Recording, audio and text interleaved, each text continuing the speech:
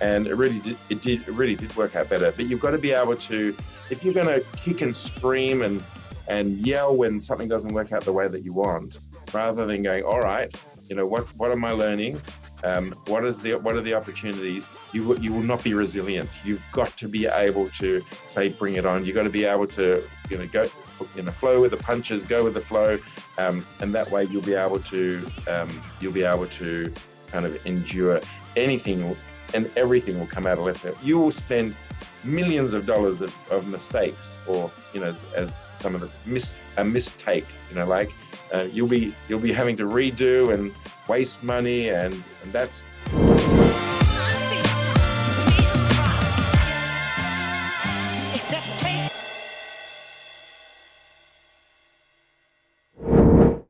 Welcome to the Few podcast, and here we are winding down towards the end of what is undoubtedly one of the most tumultuous years on record.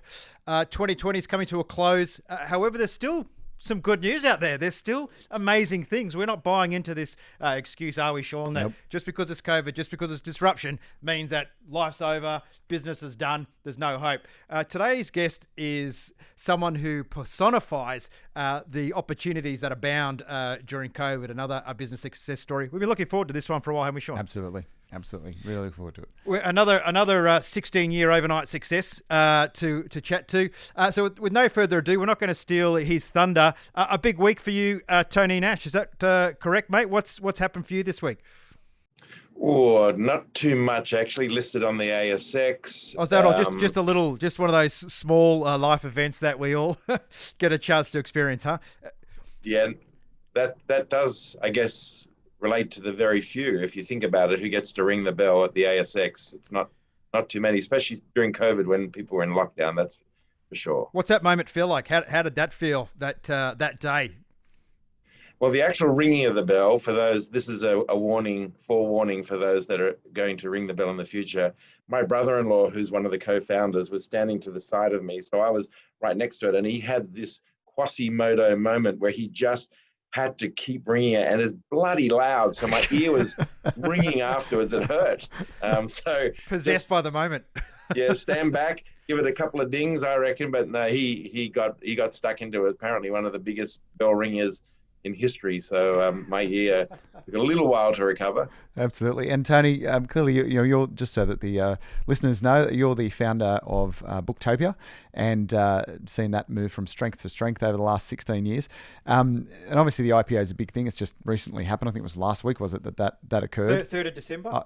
3rd of December, yeah. 3rd of December 2020. Nice. This podcast will endure. But it's all good to have a pinnacle event like that, but I'm sure that it had a lot of grounding, a lot of background, a lot of effort. When did you kind of look at that process and say, well, let's consider actually IPOing, and when did you start that, I suppose, investigation phase?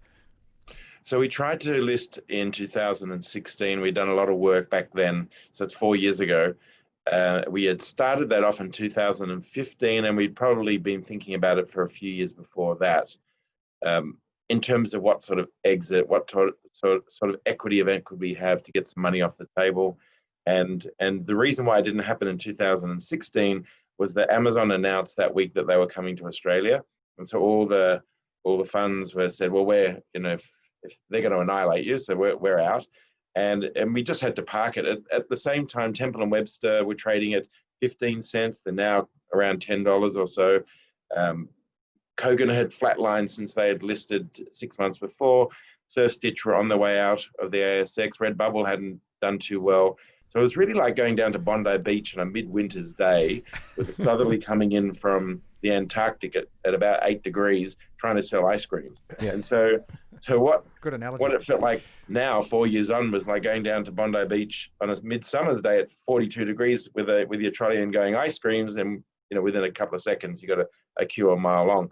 And so the whole, we knew it was the right time to go now, because through the pandemic, everyone realized, not just for pure play retailers like us, but all the traditional retailers as well, realized that e-commerce was where it was at, and you needed to have a good e-commerce offering, of which Booktopia, as you guys were saying, has been going on for many years. So we were in a very, very good position to capitalize on that, but also ride this wave of investment moving from other areas into e-commerce, and we had to move very quickly to do that. It was one of the fastest IPOs. That's awesome. That's amazing. Congratulations, by the way. It's a big brilliant feat. And as you said, timing is everything when it comes to getting confidence in the marketplace. And as soon as that confidence went, that people just step back. But that's interesting, isn't it? Timing is everything. How true is that, Tony, in terms of your 16 years? I mean, this isn't your first rodeo, Booktopia. You'd been in IT and been around in this sort of market since the mid 90s. But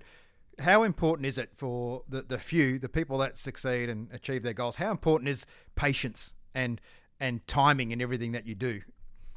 Yeah, I guess it's like maybe they talk about being caught in a rip. I've never used this metaphor before, so let's see how it goes. But they say to relax and go with the flow. Don't try and fight it. Don't try and swim against a rip, because you're just going to wear yourself out. So I think in everything that I've done in terms of learning about business and learning what's going on is about really feeling that flow, and whether it's going to be easy or not easy, whether it's going to be difficult. And if you're trying to force it and trying to make it happen and it's just not going to happen, you got to let it go.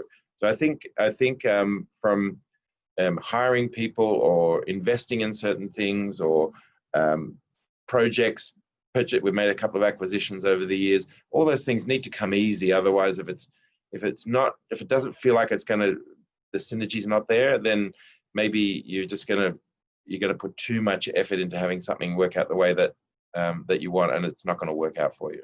Absolutely. So if it requires you to push and push and push, often, I've found the same thing in my 30 years journey in business, is often what you think you want is not actually what you really, really need. And if you keep pushing it, you end up with a negative outcome. Such a grey area though, isn't it? Because we talk about determination and pushing hard, and it's a real balance between when you do push and when you don't. And I think it comes down to experience, don't you think, Tony? The longer you stick with something, the more you understand your business and the market, you start to make better decisions around that, don't you think?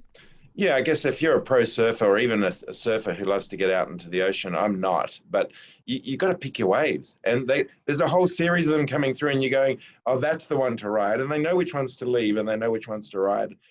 And there's new ones coming all the time. So you do need to know what's going on in your own business. You got to have a feel for that. I think earlier on, people have a tendency to go, oh, there's a wave, I've got to catch it, because they think it's the only one.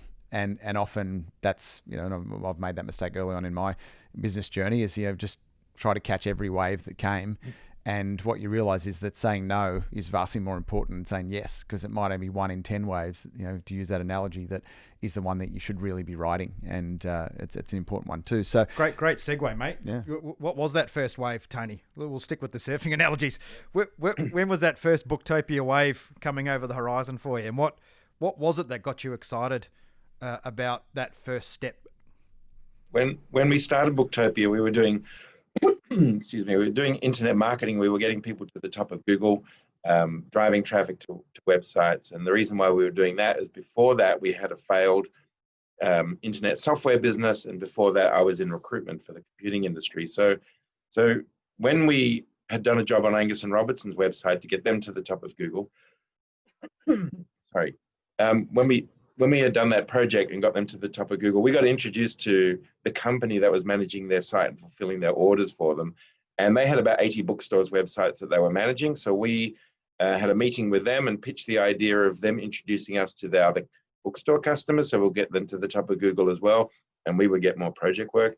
And they weren't interested in doing those intros. And I said, you're not interested in making more money? And they said, look, it's not our business. We manage bookstore websites and we fulfill those orders. And so I then used that platform to start Booktopia. So it was just an evening side project. The younger people now, they call it a side hustle. I'm too old to call it a side hustle. And so I didn't have a light bulb moment. I didn't have this this is a huge opportunity. It was just something that I tinkered around from around 9 p.m. till 2 a.m. every night, working on Google Ads and driving traffic into the site that these guys were managing for us. So it probably took 2 or 3 years before we realized there's something going on here, and we had got the revenue up to a couple of million.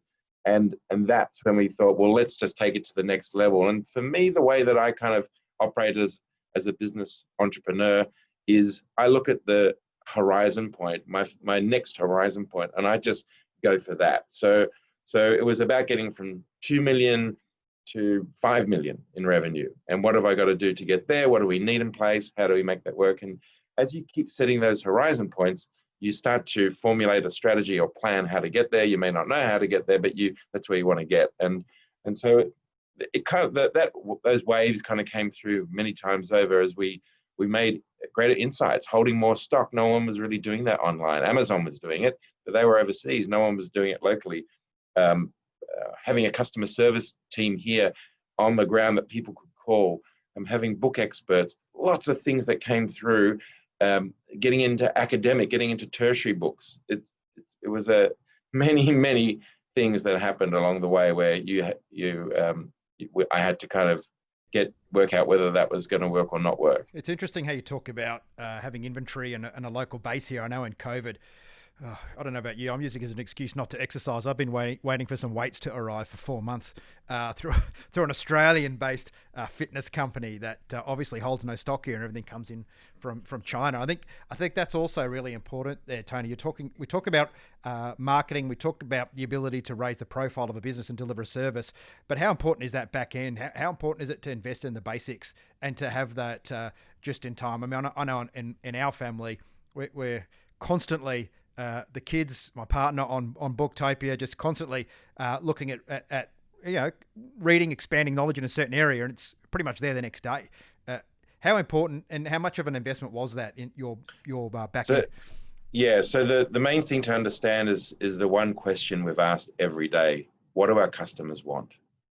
And by asking that from day one, every single day, the answers appear, because you're asking a great quality question. What our customers want. Maybe it wasn't to hold stock. We found that it was. What do our customers want? They want us to invest in automation. When we first moved to this facility, which is now 14,000 square meters, but when we moved in, it was around 10,000. We've expanded it. Is that we had no automation, and we needed to spend $5 million, and the bank wouldn't give us any money to do that. So we had to pay for it ourselves out of customers buying from us and using that money. And only once we had done that, the bank magnanimously gave us $1.5 million lease back facility so we could then release some of the cash. And so everything was done out of the proceeds from customers buying from us, hiring more people, writing more software, investing in the algorithms, all the things that we did. So I'm very much in the mind of getting the cash in your account to pay for things. I'm not big into going out and getting a funding round and then trying to use that money to get to a certain level, because you really haven't proven your model. That's not in my instinctual behavior. So therefore, where's the money going to come from? Where's the money going to come from? And chasing that money and using that money. A lot of others go, I'm going to go out and I've got a great idea and I'm going to raise this capital, right? And then people are going to invest in me and invest in the idea, and then we're going to get it to operational, and then hopefully we'll get some cash, and then hopefully we'll be profitable. So being focused on the cash, and then ultimately after probably around 10 to 11 years, we started to focus on the profit. And that was kind of how the journey went. It's great to hear that and I think it's a bit of a kind of a standard belief in the marketplace that, for you to grow like you have the scale over time, that you need to be getting this money from other people all the time. And I've seen a lot in a lot of businesses where they haven't been able to get the funding, as you said, you couldn't get it. The banks didn't want to touch you at that point for some reason. And you actually do it yourself. And it's interesting because getting funding can actually be a shortcut that can potentially hamstring you because it's a lazy approach often. Funding, yes, absolutely, you need it at some point, very strategically. But I think earlier on, the more you can build and grow your business and as you said, prove your model, the more valuable it's going to be when you do actually need to get funding, and therefore you're going to give away less of the pie. So that's great to hear that you guys have been able to go down that path too. I think also when people look at funding OPEX as well, we're not going to raise some money to pay salaries. That's when you start to worry about the viability of what's going on there. You mentioned, Tony, a couple of failures prior to Booktopia. How important was that for your journey in terms of getting some things wrong and things not working? It's it's part of being a business owner. It's part of life. So things come out of left field that you didn't expect, and you've got to be able to say, bring it on. And when something didn't work out the way that we wanted, when we moved in here to this facility in Lidcombe near the Olympic Park, we had already secured another property, paid our little deposit, and contracts were being organised. But one of the CEOs of the big internationals that rents a lot from the property group that we rent from rang the CEO of the property group, and they said, we want that unit. I know you rented it out, but we've rented all over the country, so we're gonna take it. And the real estate guy had to ring me on Christmas Eve, and he was just sweating bullets.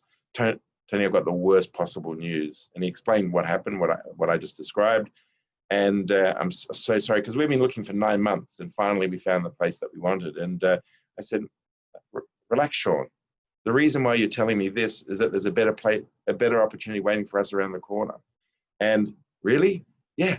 And the company, the property group, really bent over backwards for us and worked hard to get us a bigger place for the same amount of money. And it really did work out better. But you've got to be able to, if you're going to kick and scream and yell when something doesn't work out the way that you want, rather than going, all right, what am I learning?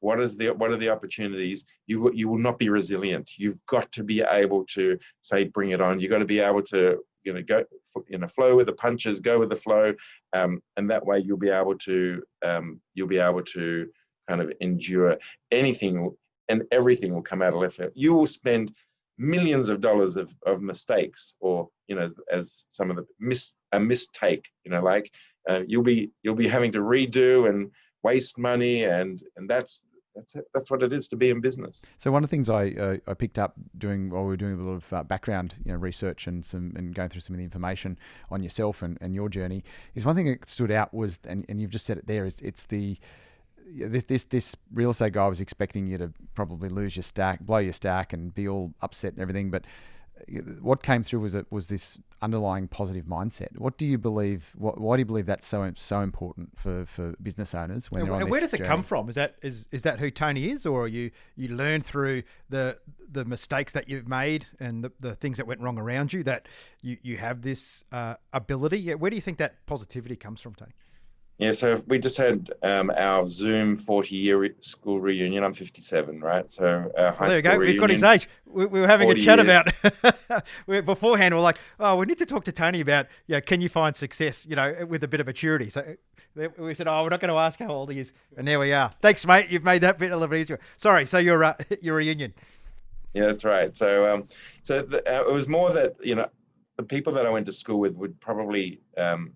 Saying, one of my best mates, he says, I don't know what happened. How did that Tony Nash that was in school end up being this Tony Nash that has so much insights? And I wrote a lot in my journals when I was younger. I really tried to work things out. I put myself through a lot of personal development courses with Robert Kiyosaki, and lots. I went through many different programs to continue to invest in myself and develop my reactions, develop my mindset, develop my skills. So that I haven't done many in the last 15, 20 years. I think marriage and running your own business is probably the best workshop you could be in. But that kind of reaction, if you really stop and think about it, and you go, I want to do as best as I can for myself, then you'll think about. I mean, I've done some pretty crappy presentations as well. Like, I've literally been up on stage and walked off and gone, that's embarrassing, or what I said there was ridiculous. But if I said, oh my God, I'm so hopeless at doing public speaking, I'll always embarrass myself. That's you got to learn. You got to be able to go through those and go, I'll never say that again, or I can think about, I'm going to say that slightly different next time. That's what it takes. And so it's about making sure that as everything's going on in your business, that you are thinking about how it played out, what could you do better. The IPO 4 years ago, right, to the IPO now, I learned a lot. It was a great dry run. Everyone talked about the failure, and if you do read up on some of the articles, that journalists have written over the last year or so. Oh, Booktopia rattling the tin can again, or they failed once, and they abandoned a crowd fund. The reason why we abandoned a crowd fund is because other bigger investors wanted to invest in us. And so there's all this negative chatter that's out there, and you need to have your own positive chatter to combat any of that, and perhaps anything negative that's going through your own mind. But it really is comes from within. And I think it's that common trait we've seen, with the few, interviewing the few, that the common trait is the fact that they've done the work on themselves. They've actually gone, and it's not the IQ, it's the EQ, the emotional intelligence piece. Just a great level of self-awareness. Yeah, and investing in that. You're 100%. And the business journey is an incredible one for that. Absolutely. So when clearly there's been a shift over the last 10, 15 years away from bricks and mortar and to the online. When did you see? Did you see that fairly early on, or was it later? Are you thinking this was complementary to physical bookstores? Because I know that you guys ended up buying a couple of different businesses in Australia, actual physical bricks and mortar bookstores. But did you look at that and say, well, this is the way people are going to buy in the future, or you kind of just gradually developed that? As a recruiter, I was trained in solution selling. And that means that you go out and sit down with the client, understand their needs, and you go away and you find people who you think are suitable for that role. And I had a skill, I had a knack, I had a personal pride to try and give them one resume that they would hire. And I would understand the culture of the organization. I would understand the type of personality of the person that I was interviewing, to work out whether they were going to fit, whether when they met each other, a bit of a matchmaking service. I really like the matchmaking of recruitment. And that when I thought of books, even though I'm not much of a reader, I like the idea of being in a bookshop. And even though I may not have read The Girl with the Dragon's Tattoo, and I actually haven't, I've watched the movie, but I then therefore understand a bit about it. And then, oh, you like Girl with the Dragon's Tattoo. Oh, so you're into Scandinavian crime, are you? And they go, what? Is there a genre? Oh, it's a sub genre. Yeah. Let me introduce you to Joe Nesbo or Camilla Lackberg. And what happens is that it's about adding value. So where do you add value when you are a salesperson, when you are working with a customer? And that's why for me, even though I'm a technologist, IT, e-commerce, etc., I still feel that a great bookstore can be a great bookstore if you're adding value on the shop floor. When someone comes in, they will keep coming back to you because you are not wasting their time. There are millions of books. There's actually 33 million books to choose from right now. And so if someone can save you time and take you and let you go away to have 20 hours of indulging yourself reading a great book, and you didn't waste your time, and that was brilliant, you want to go back to that person and ask the same thing. And that's why I feel the good bookstores are here to stay. I've been into many bookstores where the millennials are standing behind the counter on their phones, not looking up. I was in one in Canberra a couple of years ago. I always like to walk into bookstores, as you can imagine, and there was people milling around, walking around, and this lady came up with the kids in the pram to the counter, and the girl behind the counter said, "Oh, you found what you were looking for, did you?" That's embarrassing. I've been in bookstores in and out, and people have just been on their phones and never come up to you. That's not adding value, and you've got to add value. So if you're adding value, then I think there's an opportunity for your business to succeed. Whether you're a retail bookstore, online, that's the most important thing to focus on. And that must be quite challenging as well in a digital arena. When people are looking for experiences, you get the visceral, tangible experience in a bookstore, touch the books, wander around, smell the books. How do you do that? I mean, you're looking at the digital world is awash with content. You can't even imagine the rate at which more content is being produced. Video content, written content.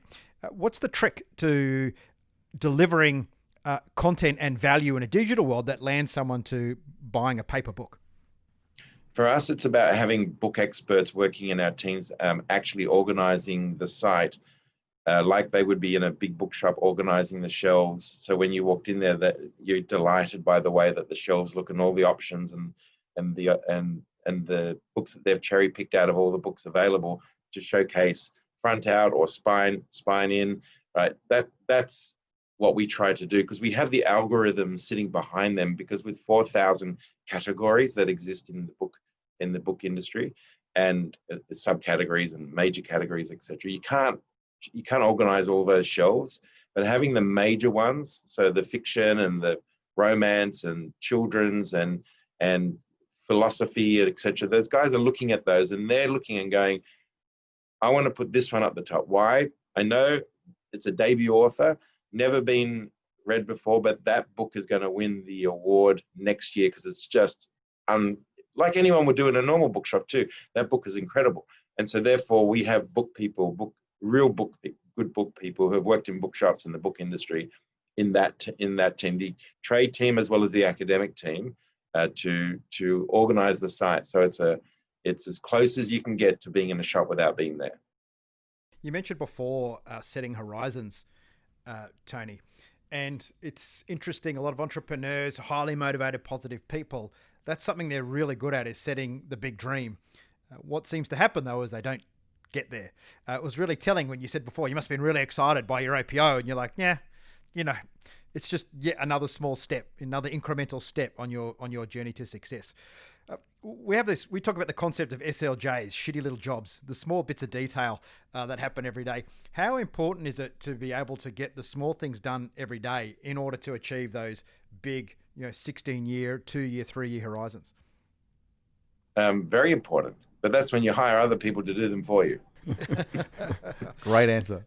And hence why you need the right people in those roles, because you get some of those things wrong. That's right. And I'll share an interesting story. So when we were turning over around 5 million, we had about 14 people working for us, 15 people, something like that.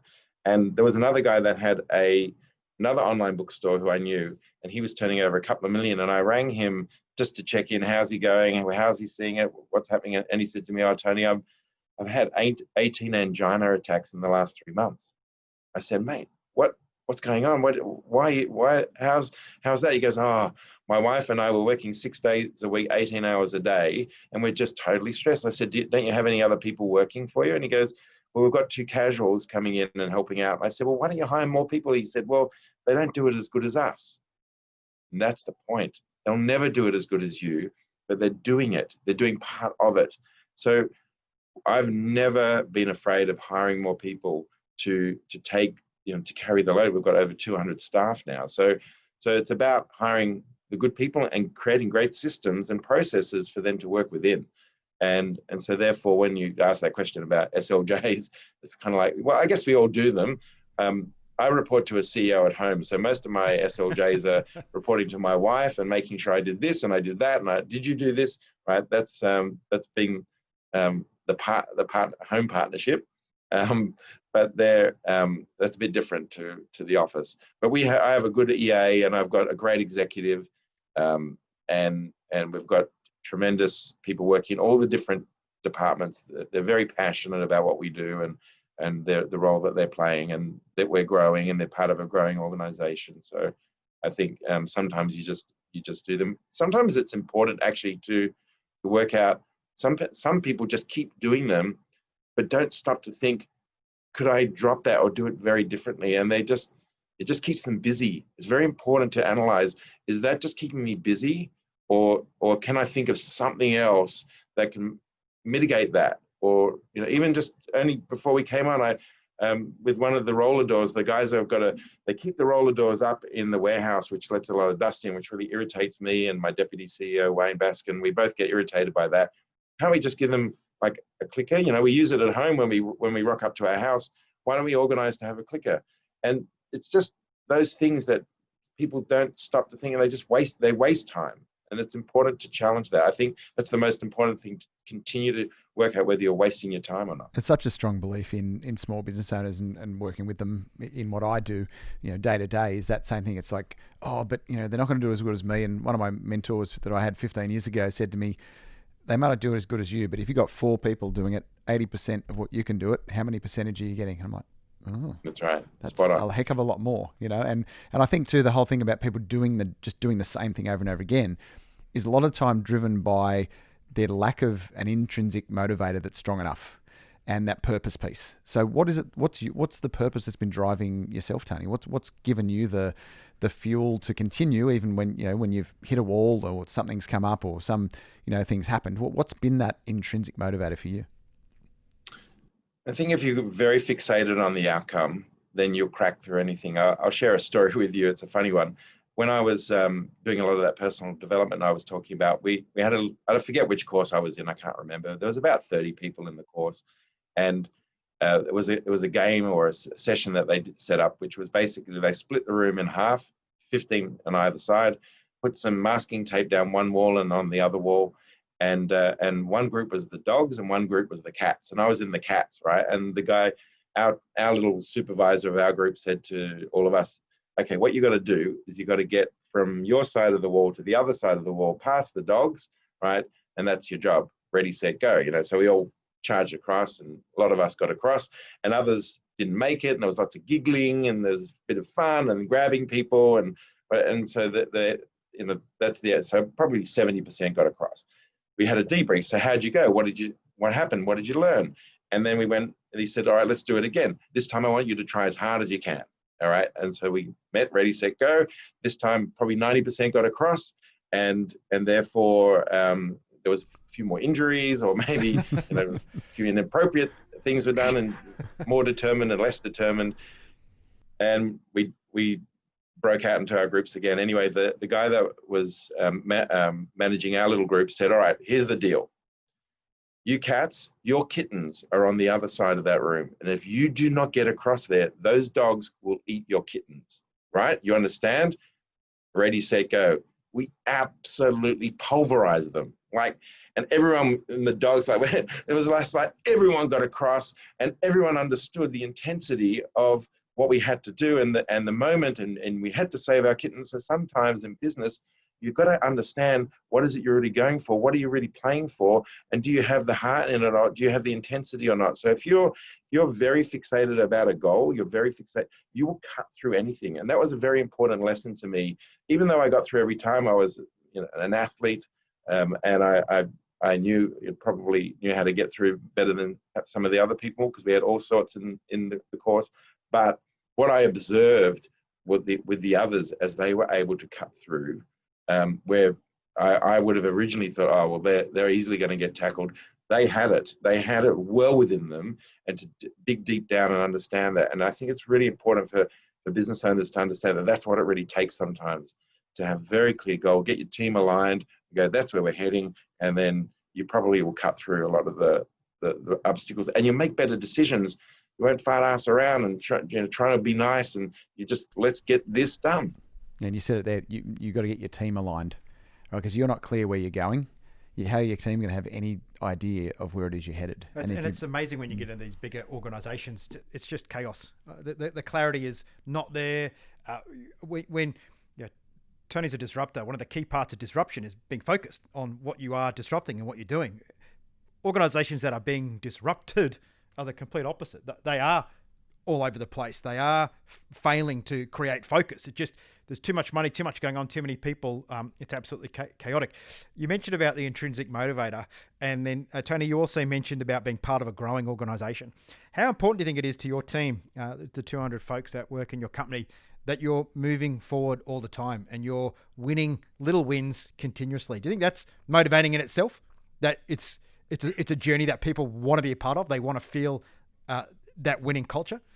Of course. I mean, most people would probably say, of course they will, of course they will. Others don't. Others self-sabotage or want to have reasons for why they just kind of pop out of the organization, people like that, because everyone else is incredibly enthusiastic, and therefore we're not the kind of company for them. But it is important to understand and manage that kind of harmony of the team and the harmony of the teams, and who you're bringing on, and is there any kind of negative energy in there, or people dragging the chain a little that you need to manage. And so we've had plenty of people in the past that have kind of been like that. Bloody hard workers mostly, very committed in very many of the same ways, and had accomplished a lot, but at the same time kind of do it with a bit of, for whatever reason, with a bit of carnage along the way. So it's important to make sure that you protect that, and make sure that the team who is there protecting that. In terms of people's careers, one of the things that I loved about, I'll share this too, when someone comes in and resigns, wow, where are you going next? Because if you don't want to be here, you must be going somewhere amazing. And because I was a recruiter, I pinched people from companies and put them in other companies. So I know what it's like. And it was really odd to me to get a job to hire, recruit someone for a company. And I would ask them, so what are you really looking for? And they gave me this kind of recipe. They need 5 years of this and 3 years of that, blah, blah, blah, blah, blah. Right? And I have to go out and find someone who is doing exactly the same thing as they wanted to do in their company. I said, okay, so what are they going to be learning? And they said, oh, nothing really. They're going to do the same thing. I said, well, why would they come here? And they said, well, we'll pay them more. And quite often, money is not necessarily the right motivator. People want their careers to develop. So I've always been excited about people coming in and using Booktopia as a stepping stone in their career, because then they're more value to themselves, more value to their families, more value to the companies that they serve. And that's the most important thing. So I love it that we're growing and that people come here. But when someone resigns, a lot of people, a lot of business owners, I think this is an important point, they fear or they worry, what happens if that person leaves? We're going to be stuffed. And it's like, no, it's just one of the other things. You bring it on. Something comes out of left field. It actually happened to us just recently. And our CFO, who's 63, he, a few weeks before we were kind of getting ready for the roadshows, decided to, resign. And because he didn't want to go onto the road shows and invest, it's not his thing. He's very, very good at what he does, but it's public company CFO, that wasn't for him. Would have been nice if he spoke up a little earlier, but that's when it came through. And so we had to respond really quickly. I made a few phone calls, and within a day I had recruited our CFO. And because he had to do the right thing for him, I couldn't force him and cajole him or pay him more money to stay. Please stay, please stay. Not at all. I think that's an important lesson for people to understand how I've operated. Tony, it sounds very much that you're coming from a very abundant mindset approach too, that you let one thing go, you're going to have the opportunity to potentially get something better, like you said, with the location that you've got now. When that first one was taken away, it's okay, great. Well, there must be a better opportunity then if we were not meant to have that one. Same thing with your team, and I've seen that, especially working with small business owners, is it's often that thing. It's like, I've had people in tears. This person, I've only got 4 team, and they've been with me for 2 years, and like my whole business is going to fail. And it's like, yeah, but now that person's not there, what would you hire for? What roles would you? Well, actually, I'd have 2 roles. Okay, and if you had 2 roles, what impact's that going to have on the business? Oh, actually, it's that change of the belief that person is not the only person that you need to maintain in your business, and it's growing and it's developing, is you. Any of the other team can actually be replaceable, and it's that thing of keeping that abundant mindset and being positive as well, to draw that next opportunity and draw that next person to you. So one question I did have, and this again I think goes to the abundant mindset, is that you guys are fairly strongly involved in philanthropic ventures. Where does that, I guess, the passion and drive to support other people in literacy and reading and provide books to different groups and things like that? Where does that come from for you guys? Look, I've always been a fairly generous person. My wife said to me she was looking for where I wasn't married before, but I have a son who's 17 and my stepdaughter's 15, right? And so she was saying to the universe, she's looking for someone who's generous of spirit. I never really thought of myself that way, but when you get feedback from my own close universe like that, that's how she sees me, and that's pretty much how I am. To make sure that I'm in business with my family, my brother-in-law, my sister. I started off on my own, but I got them to come on the journey with me. So I'm always including people, and so that's pretty much a part of my nature. However, I also know that the customers of Booktopia are learned, passionate, principled people who I feel would feel good about us giving back in whatever way we could, not to try and look like we're doing the right thing, so therefore they're going to buy more from us. It's just a winning, lots of wins kind of situation where we are giving back, and we're giving it to, particularly, I've always focused on literacy because that's the business that we're in, Indigenous literacy, all types of reading. authors, industry awards for authors and book designers, etc., and to keep it really close. So we're doing something. I've noticed over the last 16 years, however, that social philanthropy has definitely increased as part of a discussion. So we were onto it fairly early because it was just the right thing to do. But I'm really pleased that it's becoming more a part of the thinking or the priorities of business leaders, and not just there for the dollar, and it's all about them and their personal wealth. It's an interesting balance, isn't it? I spoke to somebody once as well that talked about, who was discussing with me, particularly when you're starting off in a business, or you're starting off with a bit of a philanthropic bent to your business. And one of the bits of advice he said is, look, it is important to give back, but there's a time to do that. And you've got to make sure that the basic and the bare bones of your business and what you're trying to do are effective. Because one of the challenges with philanthropy, I guess, is it can be all-consuming. So how do you find balancing that, Tony? What would your advice be for business owners who are like you, are generous of spirit, but finding that balance between generosity and sound business mind, and managing your cash flow, ensuring that you're still surviving as a business? So I'll answer it this way. So for me, we've all heard of the expression win-win or win-lose. It's a win-win situation. I actually don't believe in win-win. I believe in double win-win. And what I mean by that is that it needs to be 4 winners for a business to be sustainable. So Booktopia needs to win. We actually need to make profit, because if we're losing money, then ultimately we'll go out of business. The customer needs to win. They want to know they're going to get the book at a good price. They're going to get it quickly. They want to feel good about the purchase, etc. It doesn't need to be the cheapest, but they just want to have the transaction in its entirety be good. The suppliers need to win. I mean, you hear about Woolies and Coles squeezing the milk and the egg producers. If your suppliers aren't winning, how are they going to continue to supply you the product? I want them to make money. They need to make money so they can continue to do that. And your employees need to win. So you've got to have, because they're going to be paid well.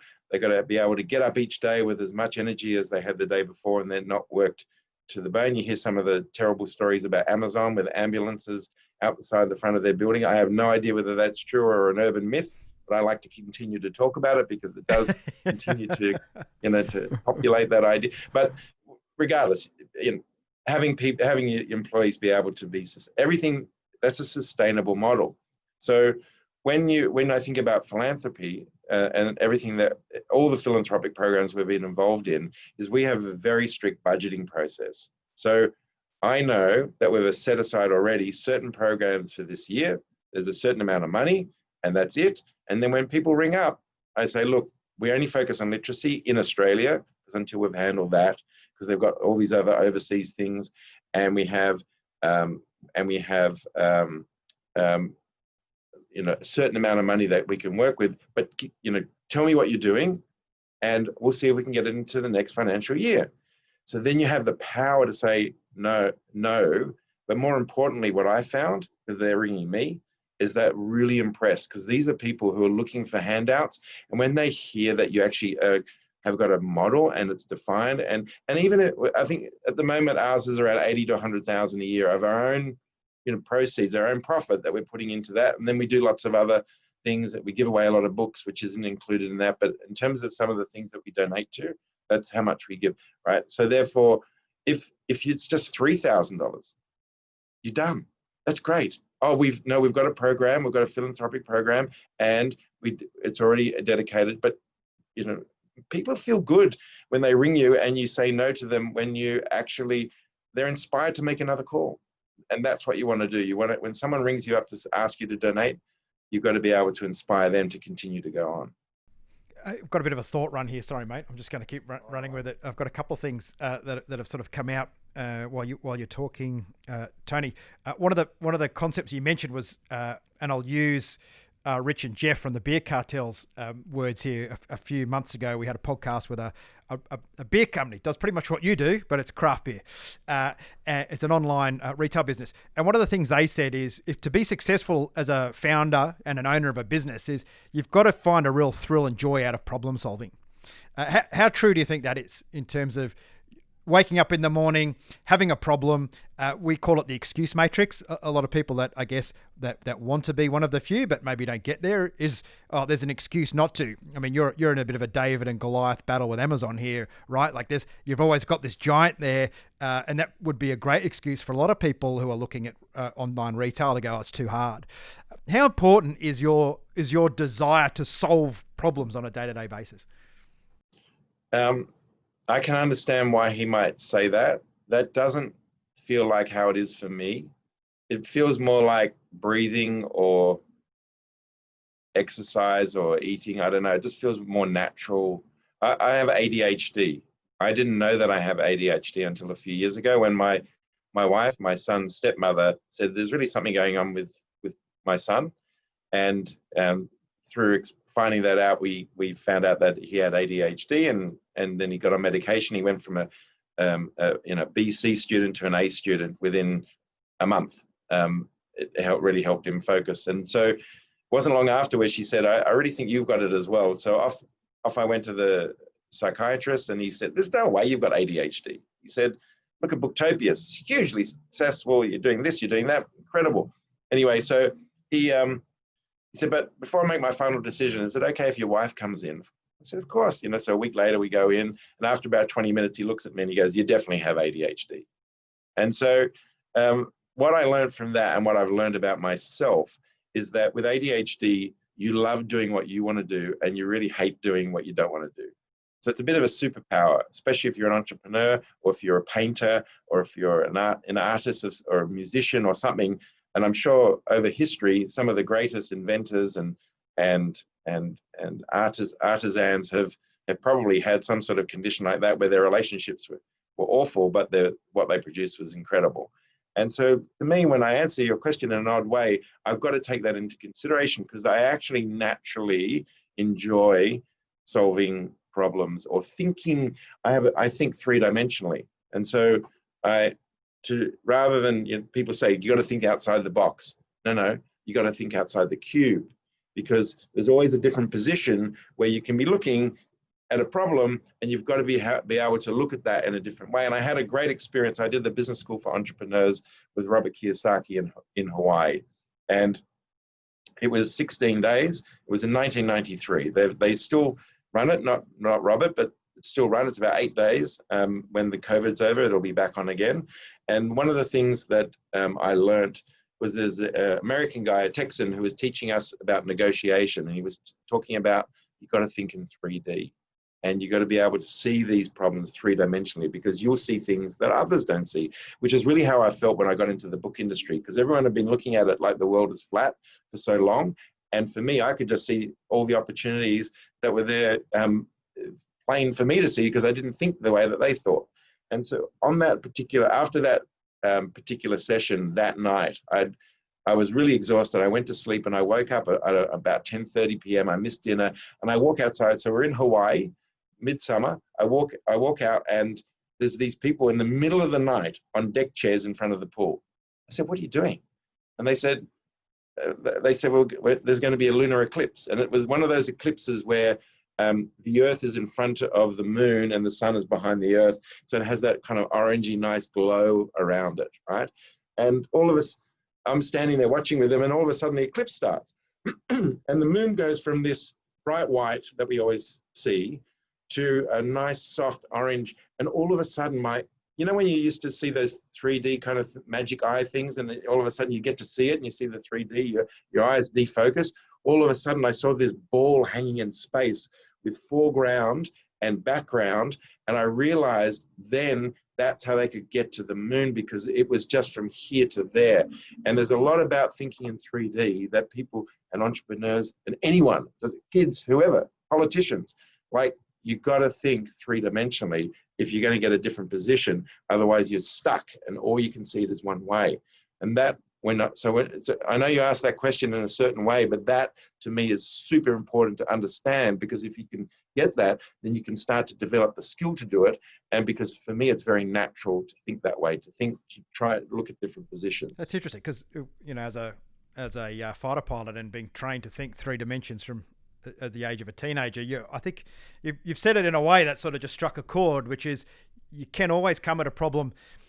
I like lateral thinking. I like thinking outside the square, but sometimes when people do that, it's totally chaotic. There's no the perspective is not even looking at this planet. It's looking over there in the completely wrong direction. And that 3-dimensional context of situating the same problem but looking at it differently rather than too abstract. And this is where I think a lot of people get confused with innovation. It becomes abstract. It's totally unusable. I think that 3-dimensional, because that's situational awareness. That's looking at it from every direction, getting the right bits of information, but you're making the context of it sharper. And then when you get that sharp context, you can make a decision and stuff happens. It's interesting. I thought you were talking about me, Tony, when you were saying that, through your son, you figured out that you've got certain gifts and the way that you do things and process information and how you deal with life and what is thrown your way. When you actually, and people talk about the concept, with my son, about labels. We don't want to give them labels, but it's like moving the label aside, and it is hard to go through the process with your kids. My son was 11 at the time, last year, and we're like, no, I don't want to freaking give him a label. But what it gives you is an understanding of how somebody sees the world, and then it reflects back, because my wife kept sending me stuff about my son and going, is this actually about Aston? And I'm like, And so in that same process, it's like, okay, now I understand the same thing you, and you said it. You just dive really deep on the things you really, really get into. And then it's like there's nothing. There's like an on or off switch I've found in my own way of looking at it. And that 3-dimensional thinking, when I would say review something in detail, an agreement or whatever it is, I would actually, in my head, see that I've actually put it in a 3-dimensional environment to look at things that are less and more important and hierarchies and stuff, rather than just looking at it flat. 3D thinking, there's a book there, has to be, surely. Yeah, it's really interesting, but great to hear. Similar journey, but it's I think when it comes to things like conditions like ADHD, bipolar, I've often thought about this, because over the course of a life, you come across a lot of people, and you come across people who are brilliant and troubled at the same time. Probably starting to go off on a bit of a tangent here, to be honest, but it did raise a thought bubble.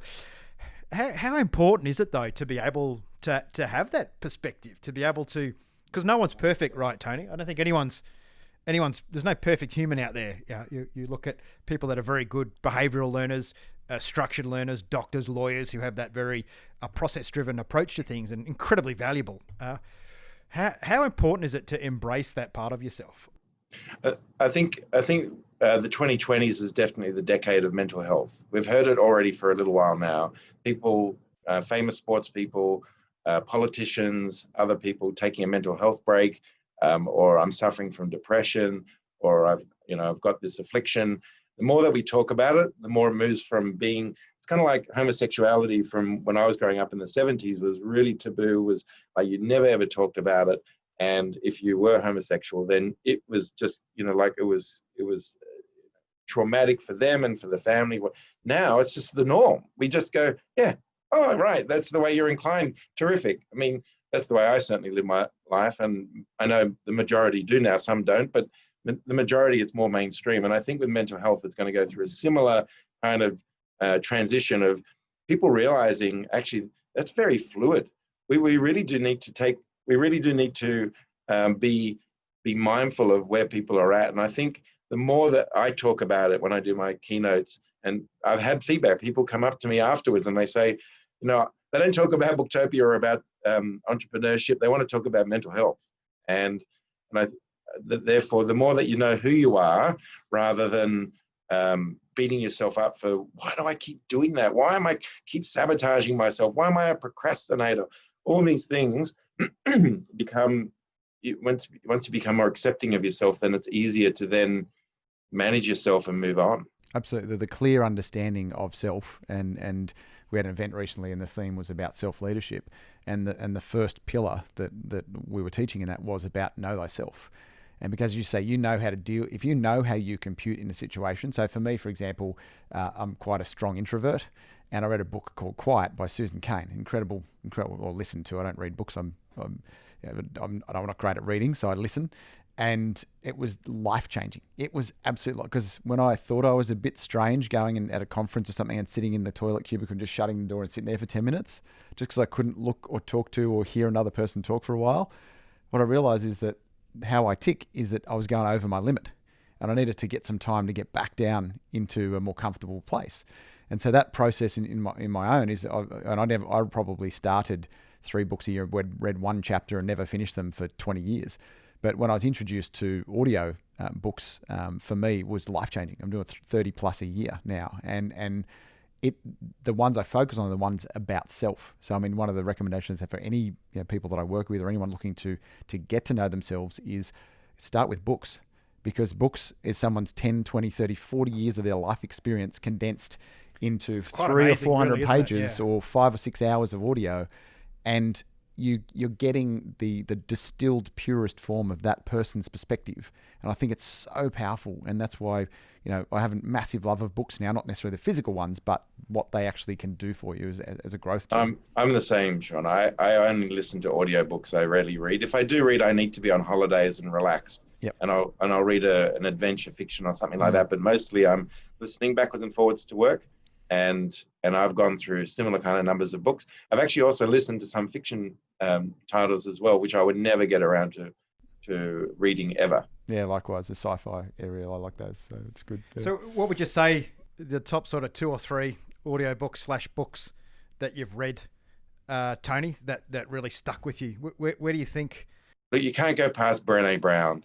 Brené, she is an absolutely phenomenal thinker and calls you to account. You listen to her, or you listen to her books or read her books, and you stand to attention. You go, geez, I got to do better. She really cuts through. So, and I know so many people are devotees of her work, and she's very humble and very probably a bit more introverted as well.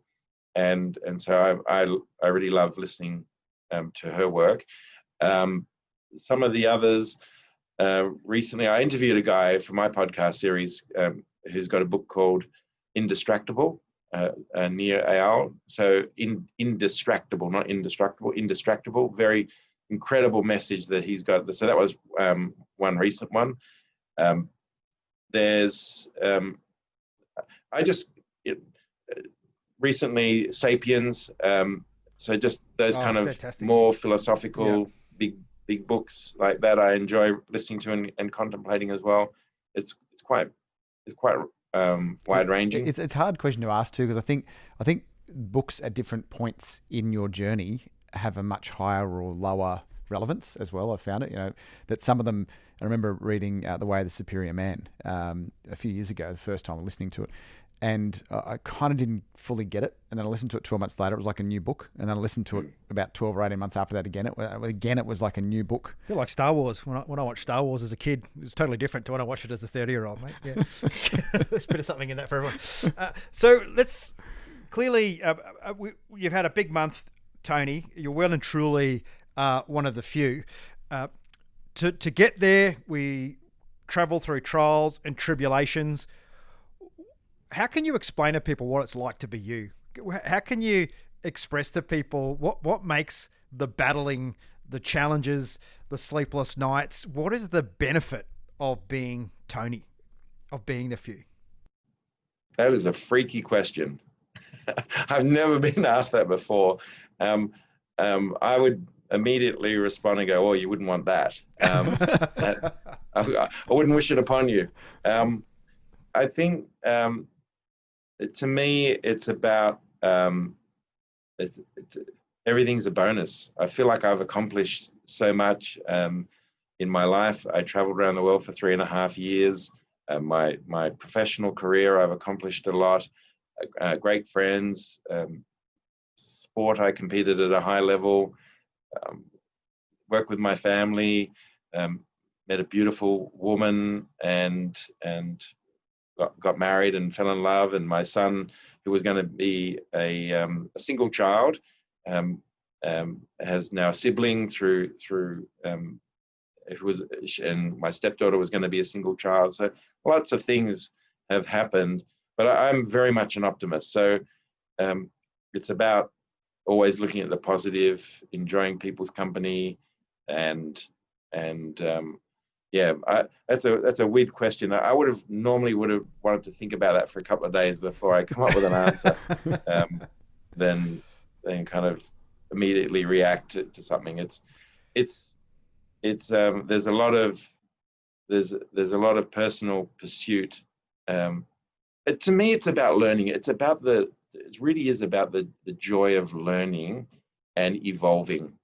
And one of the reasons why when I met my wife on RSVP, and I put it out there that I wanted to meet someone that I could evolve with, and who would challenge me, and who would make me better than I was before. And that's the key to me. That's where I feel like I'm still engaged. Mm-hmm. So before and in line with that question and that great response, if you were to take your biggest lesson that you've picked up now as a 57-year-old in your journey and go back to you when you're a younger version of yourself, what would the message be that you would give to yourself at that point in time? What words of wisdom would you give to yourself?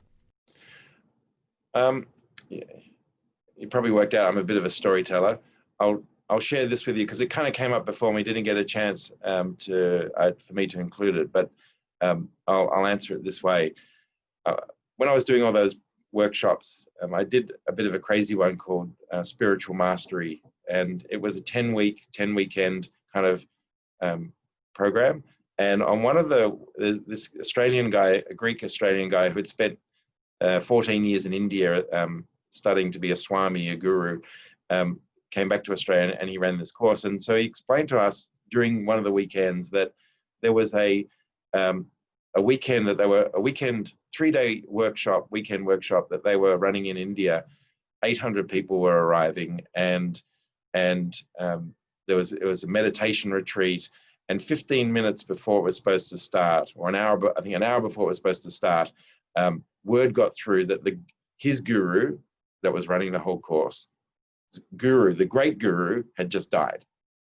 And everyone was arriving, and there was, oh my God, that's a terrible thing. The great guru. Anyway, the guy that was running the course and 800 people were arriving rushes and runs to his room and slams the door. And everyone's going, oh my God, it's a terrible thing. People are arriving. How are we going to do? We have to cancel. Do we cancel? We don't know right? 15 minutes later, this guy, his guru, right, comes out of the room completely clear. And he had grieved without resistance. He was able to feel all the feelings he needed to feel and be able to kind of be complete within 15 minutes of hearing the news. And the way that you can tell that I obviously played with that. I obviously was really struggling with grieving or things that didn't work out the way that I wanted. And after that, my ability to be able to let things go or grieve. So when the IPO didn't happen, say 4 years ago, it took me about 3 hours to grieve. And then it felt like one door had closed and 10 opened. My deputy CEO, who's 20 years younger than me, took him about 3 weeks. And then he was okay after that. And I think one of the things in life, and I'm not talking now about business, I'm talking about personally, with your friends, with your family, kids, your sporting teams, right? You've got to be able to grieve and grieve without resistance. Because if you do that and you can realize that you can let it go, then you're available to be engaged in life.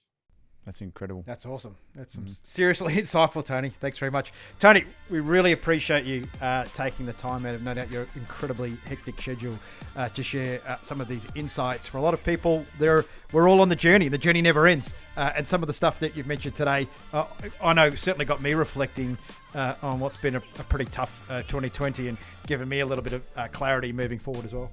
Absolutely. So thank you so much for sharing, Tony. Some really incredible insights there that I know a lot of people are going to be able to take away and apply. So we appreciate your generosity. And that wraps up another episode of The Few. Thank you to our partners, Afterburner, for team building, development and alignment. We understand now how important it is to have the right people around you. Get them on board with where you want to go. Momentum Media, the largest industry publisher in the country, connecting your business to the Australian community. ICMI, Australia's premier speaker bureau, representing the few that do fulfill their life's purpose. And finally, Sean's Inner Circle, the business coaching organisation for small and medium enterprises looking to make that next step. Thanks again for listening in and downloading today. Please leave a review on whatever platform you are currently listening to this podcast, and reach out to our partners who can help you make the transition to the few.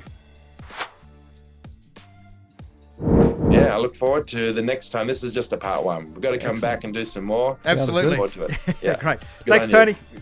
Thanks, Take everyone. care.